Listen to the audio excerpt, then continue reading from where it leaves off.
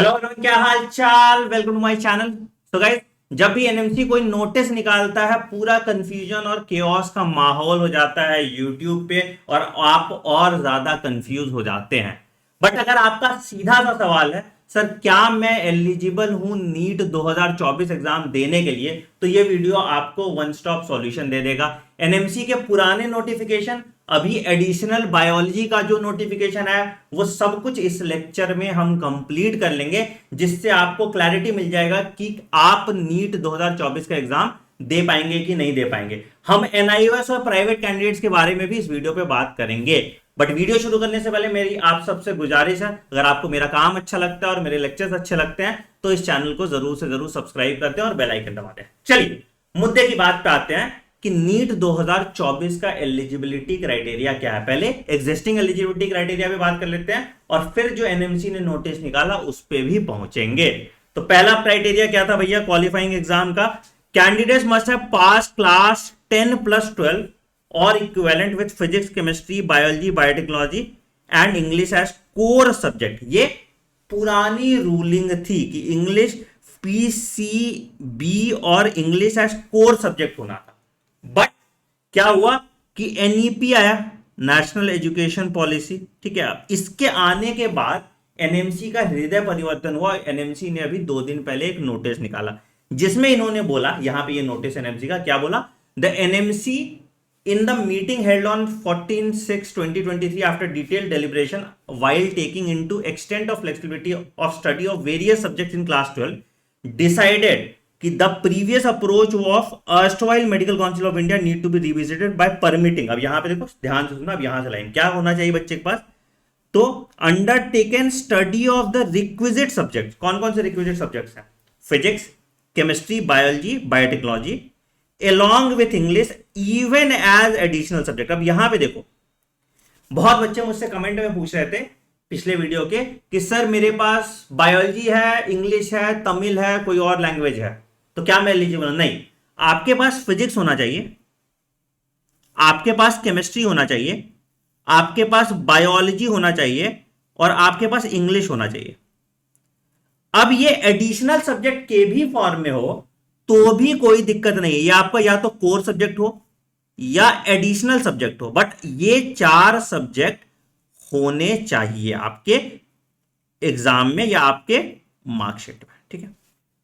अब तुम सवाल पूछोगे कि सर मैं एनआईओएस से हूं, मैंने क्या किया था कि फिजिक्स, केमिस्ट्री, मैथ्स लिया था और बायोलॉजी मैंने एनआईओएस से दे दिया था, तो क्या मैं एलिजिबल हूं? Yes sir, you are eligible. Sir मेरी कंपार्टमेंट आ गई थी, मैं प्राइवेट कैंडिडेट से मैंने फॉर्म भरा था, क्या मैं एलिजिबल हूं? Yes you are eligible. तो मतलब जो ओपन बोर्ड एनआईओएस या प्राइवेट कैंडिडेट है वो भी एलिजिबल होंगे इस एग्जाम को देने के लिए, ठीक है। मतलब आपका सिंपल सा चीज है, फिजिक्स, केमिस्ट्री, बायोलॉजी और इंग्लिश होना चाहिए। अब चाहे वो आपका 10वां सब्जेक्ट हो, चाहे वो आपका 8वां सब्जेक्ट हो, चाहे आपका कोर सब्जेक्ट में है, बट ये 4 सब्जेक्ट आपके पास होने चाहिए, ठीक है। अब कोई बच्चा पूछेगा कि सर मैंने पीसीएम से 12th किया, सीबीएसई बोर्ड से, क्या मैं एनआईओएस से एक एक्स्ट्रा सब्जेक्ट बायोलॉजी देके नीट एग्जाम के लिए एलिजिबल हो जाऊंगा? हाँ जी, अगर आप एक एक्स्ट्रा सब्जेक्ट आप बायोलॉजी रख लेते तो आपका पीसीबी और इंग्लिश कंपाइल्ड होना चाहिए, बाकी सारा कुछ मैटर नहीं करता। तो ये वाला पॉइंट मैंने आपके लिए बड़ा क्लियर कर दिया। क्या भैया कि आपके पास फिजिक्स, केमिस्ट्री, बायो और इंग्लिश होना चाहिए, चाहे वो कोर सब्जेक्ट हो, चाहे वो एडिशनल सब्जेक्ट हो, चाहे आपने किसी स्टेट बोर्ड से दिया है, चाहे आपने सीबीएसई से दिया है, चाहे आपने प्राइवेट कैंडिडेट हो, चाहे आप एनआईओएस हो, आप इसके लिए एलिजिबल हो, ठीक है। क्लियर हो गया मामला? बहुत। तो CBSE equivalent appearing to 2 years eligible to apply NEET, ठीक है। Candidates studying biology as an additional subject after passing class 12 are also eligible। यही वाली पॉइंट मैं आपको बता रहा था। तो ये क्लियर हो गया आपका पॉइंट, ठीक है। दूसरा भाई क्या है, मार्क्स कितने कितने आपको चाहिए?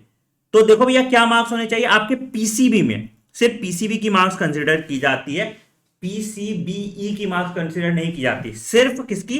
पीसीबी का एग्रीगेट कंसिडर किया जाता है। मतलब जो तुम्हारा फिजिक्स का मार्क्स है, जो तुम्हारा केमिस्ट्री का मार्क्स है, जो तुम्हारा बायो का मार्क्स है, डिवाइडेड बाय 3 कर दो तो तुम्हारा एग्रीगेट आ जाता है। जनरल कैटेगरी के लिए बेटा ये 50% है, ओबीसी एससी एसटी के लिए 40% है, और फिजिकली हैंडीकैप्ड के लिए ये एलिजिबिलिटी क्राइटेरिया, एलिजिबिलिटी मार्क्स तुम्हारा जो है वो 40%। ये यहां पे एक पॉइंट आ गया, ठीक है। अच्छा, क्या कोई अटेम्प्ट लिमिट है कि मैं 3 अटेम्प्ट ही दे सकता हूं? अभी बहुत न्यूज चल रहा था फेक न्यूज की, अटेम्प्ट लिमिट पे रिस्ट्रिक्ट करने वाला है एनटीए, 3 अटेम्प्ट ही कर देगा, बट नहीं बेटा। साफ साफ एनएमसी का गैजेट आया था, उसमें साफ लिखा हुआ था कि क्या, कि there is no restriction on maximum NEET 2024 attempt limit. तो अटेम्प्ट लिमिट नहीं होने वाला है। नीट का एग्जाम में आप 10 बार दे सकते हो, 20 बार दोगे, कितनी बार भी दोगे, आप नीट 2024 का एग्जाम दे सकते हो, ठीक है। There is no limitation on the number of attempts, ठीक है। अच्छा, अब आते हैं सर मिनिमम एज क्या है और मैक्सिमम एज क्या है।